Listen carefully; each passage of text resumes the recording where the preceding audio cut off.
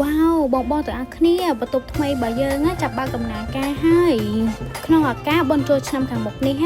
បងកុំភ្លេចឲ្យសោះការកក់បន្ទប់នៅកោះរ៉ុងឆ្នេរកោះរ៉ុងនិងខេត្តឡុងសិតលឿនបន្តិចណាបងដោយសារបន្ទប់យើងនេះ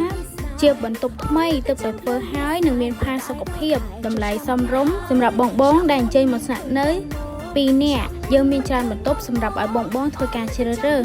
បន្ទប់ទឹកមានផាសុខភាពមានបំពាក់ទៅដោយម៉ាស៊ីនទឹកក្តៅទឹកត្រជាក់និងបន្ទប់នេះផ្ទាល់ហ្នឹងគឺជាប្រភេទបន្ទប់ម៉ាស៊ីនត្រជាក់ក្រែមួយបងអាចយករូបនេះដើម្បីទៅធ្វើការកក់បានណាបងសម្រាប់ព័ត៌មានបន្ថែមបងអាចឆាតចូលទៅក្នុង Telegram ឬក៏ឆាតក្នុង Page បានណាបងចារួចរាល់ឡើងបងសម្រាប់បន្ទប់របស់យើងគឺជិតពេញហើយ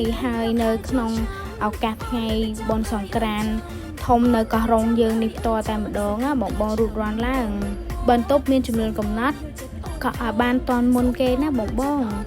ហើយសូមបញ្ជាក់ទីតាំងបងម្ដងទៀតគឺស្ថិតនៅលើកោះរ៉ុងឆ្នេរកោះរ៉ុងខេត្តឡុងសិតចាទីតាំងទីនេះគឺទេសភាពស្អាតខ្លាំងមែនតើបងដើរតាមតែរយៈពេល2ទៅ3នាទីគឺយើងមកដល់ឆ្នេរដែលសក្បុសហើយឡើងស្រស់ស្អាតបែបនេះតែម្ដងបងទឹកសមុទ្រពណ៌ខៀវស្រងាត់ចោលអាកាសក៏បរិសុទ្ធ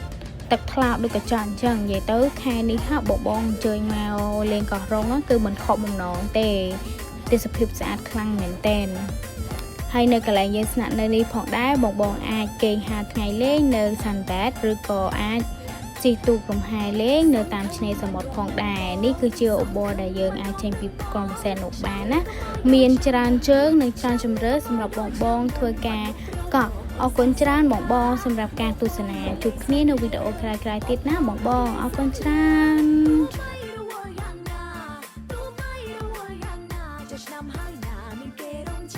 ឆ្នាំហើយណា